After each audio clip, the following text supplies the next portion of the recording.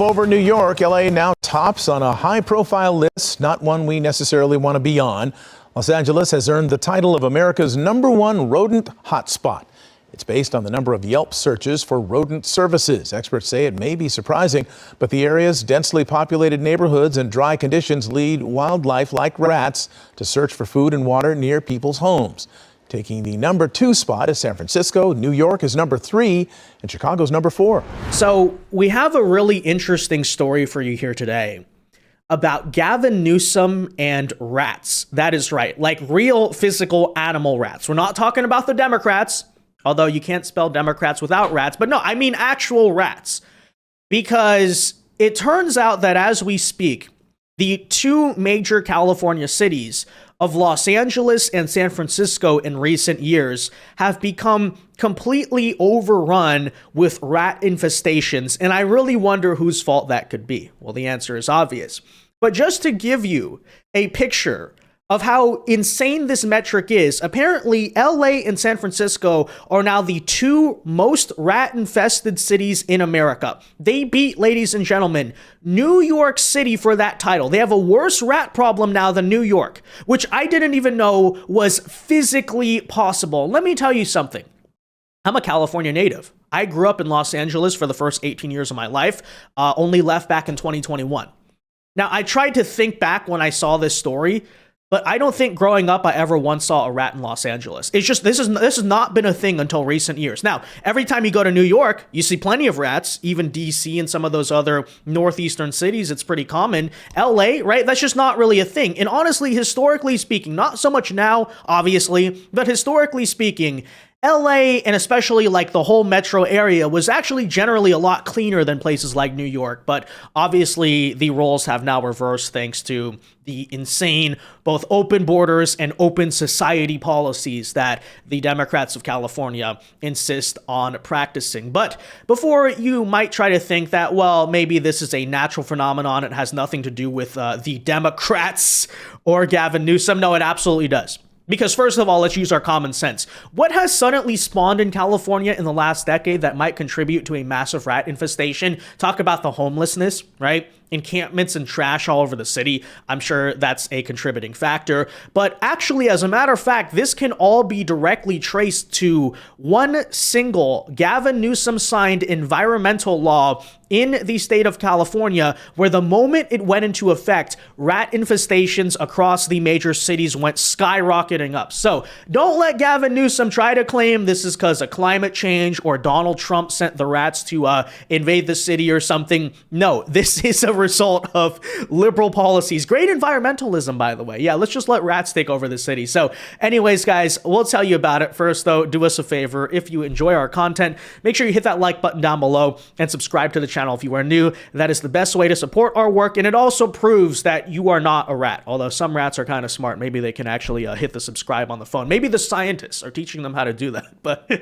anyways, here's the reporting from ABC7 of LA. Los Angeles earns now the top spot, #1, for most rat-infested city in the US, according to a new Yelp report. So whether or not they win the World Series, at least they have won something. There you go. A new report from the business review company Yelp gives Los Angeles the top spot for being the most rat-infested city in the United States. Again, I don't know how that's possible. Los Angeles earned the unenviable title of America's #1 rodent hotspot, with more Yelp searches for rodent services than any other city. Los Angeles's densely populated neighborhoods create the perfect hiding spots for these tiny trespassers, especially as drought conditions drive wildlife closer to homes in search of food and water. So yes, they are literally trying to blame climate change for all of this. But, you know, it's first of all worth noting, while Los Angeles is, yes, densely populated, are we going to point out it's also a highly suburban city? It's not like New York, for instance, like the old world cities of the East where people are living on top of each other. No, they're more spread out. So how and we don't have massive, by the way, subway tunnels and all this stuff under the city. I mean, a few, but not like a ton of them, right? So how is it that LA is going to beat New York and the rats? Okay, that's not a valid answer. And as you'll find out, right, there's more to the story. Why, again, has it suddenly shot up? Why is it coinciding with all of the homelessness and then these environmental policies? Well, you'll find out in a second. But secondly, it's not just LA. Guess who is number 2? New York City is not even number 2 now. It's San Francisco. Okay, came in at number 2, while New York, which has achieved social media stardom due to the city's well-known relationship with the rodents, came in 3rd place, right? Eric Adams can actually take credit for that, even though he didn't do anything of it. No, it's just California is now beating him with the rat problem. Ladies and gentlemen, the Democrat Party for you. Honolulu, Hawaii had rounded that list of 20 with the least rattiest city. So there you go. Now, rodent control removal services can run your wallet around $225, but if the infestation grows, it could cost you hundreds in bills down the road. Well, as we know, this is what Democrats love to do, okay? They just love to add a bunch of new problems for you to have to pay for in your life, okay? Actually, we'll break this down here in a second. But first of all, I do want to actually show you, right, the news reporting from about a year ago that kind of was warning about this rat problem coming on and actually what's contributing to it. So again, newsflash, it might have something, the growing rat population in California, to do with this right here. California now has the 2nd rattiest city in the nation. Governor Newsom banned the most lethal rat poison in the state last year to protect pets and wildlife. But pest control says that has led to a surge in the rodent population, especially in Los Angeles. They say the ban has made extermination efforts less effective. And recent wildfires have also displaced rodents, further exacerbating the problem. Experts say they predict LA could soon surpass Chicago as the top city for rats. Yeah, well, update here. Indeed, they did surpass the other cities. Yes, Los Angeles, now the rattiest city in the United States of America. And you heard the reasons. It's because, number 1, Gavin Newsom, right? It's not a mystery. When he banned the rat poison that is actually useful in the name of protecting the wildlife and environmentalism, then what is now happening? The rat poison is exploding. And as usual, this is the boomerang stupidity effect of so-called Democrat environmentalism. It's like, oh, you know, well, maybe the rat poison is causing health problems for people. So therefore, let's just allow the rats to invade, and surely that's not going to cause health problems, right? Surely, you know, rats in history have not carried the most diseases out of anything. They didn't carry the plague. They didn't do all, like, seriously, right? But of course, there you go with the Democrats. And then even the other reason the experts give, well, maybe it's because of recent wildfires are displacing the rat population. Oh yeah, well, that's yet another example, actually, of how different problems can compound and kind of multiply on themselves. I pointed this out before about California. But yes, you see like the ripple effect of everything they do wrong.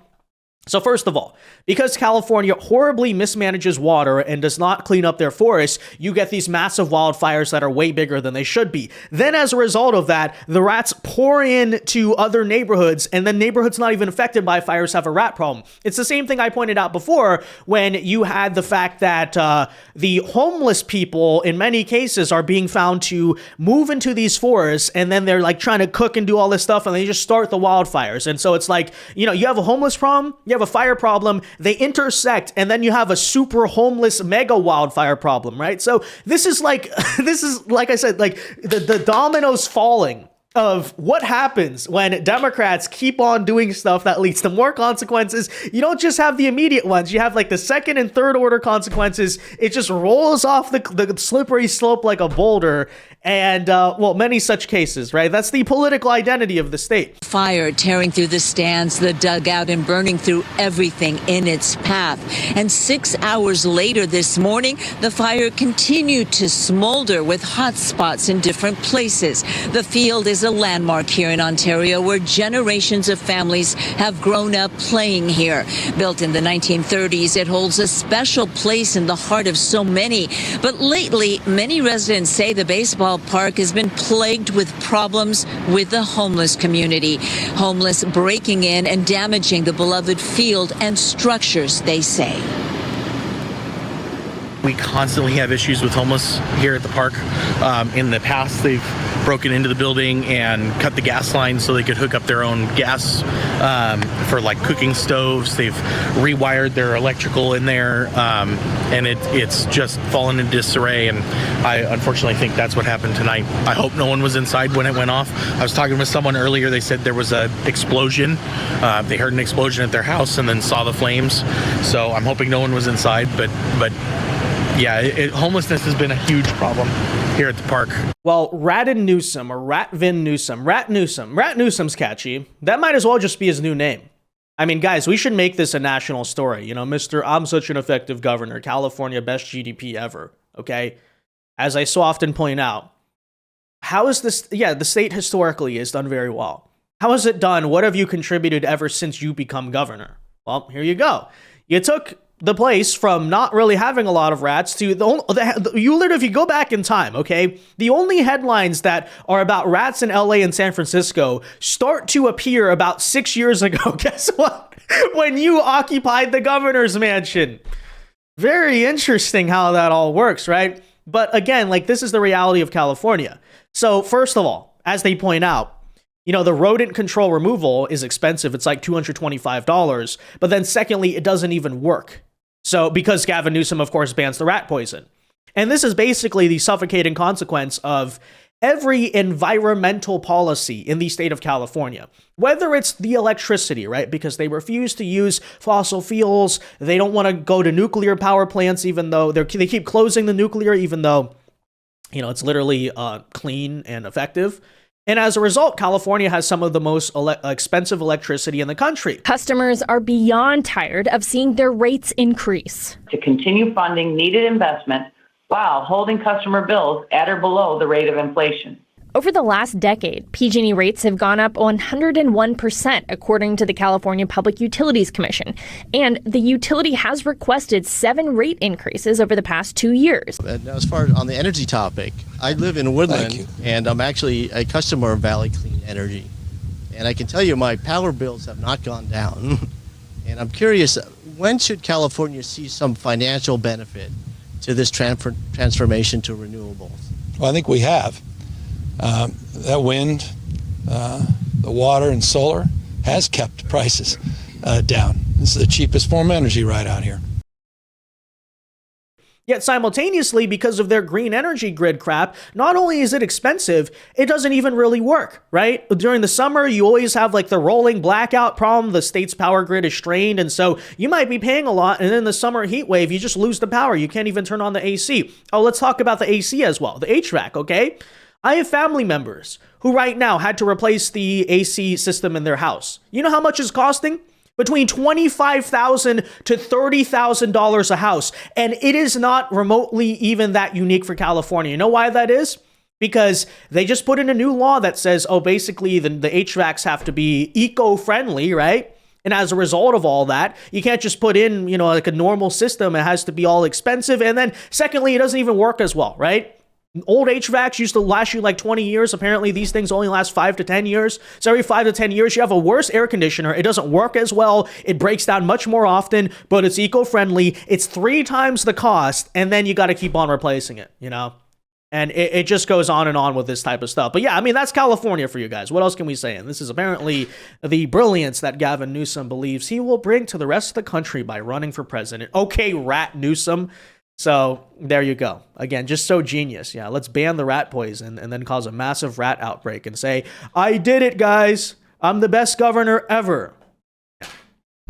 Okay, well, with that said, guys, let me know your thoughts on this story in the comment section down below. Be sure to leave a like on this video, subscribe to the channel if you are new, and until next time, God bless and peace.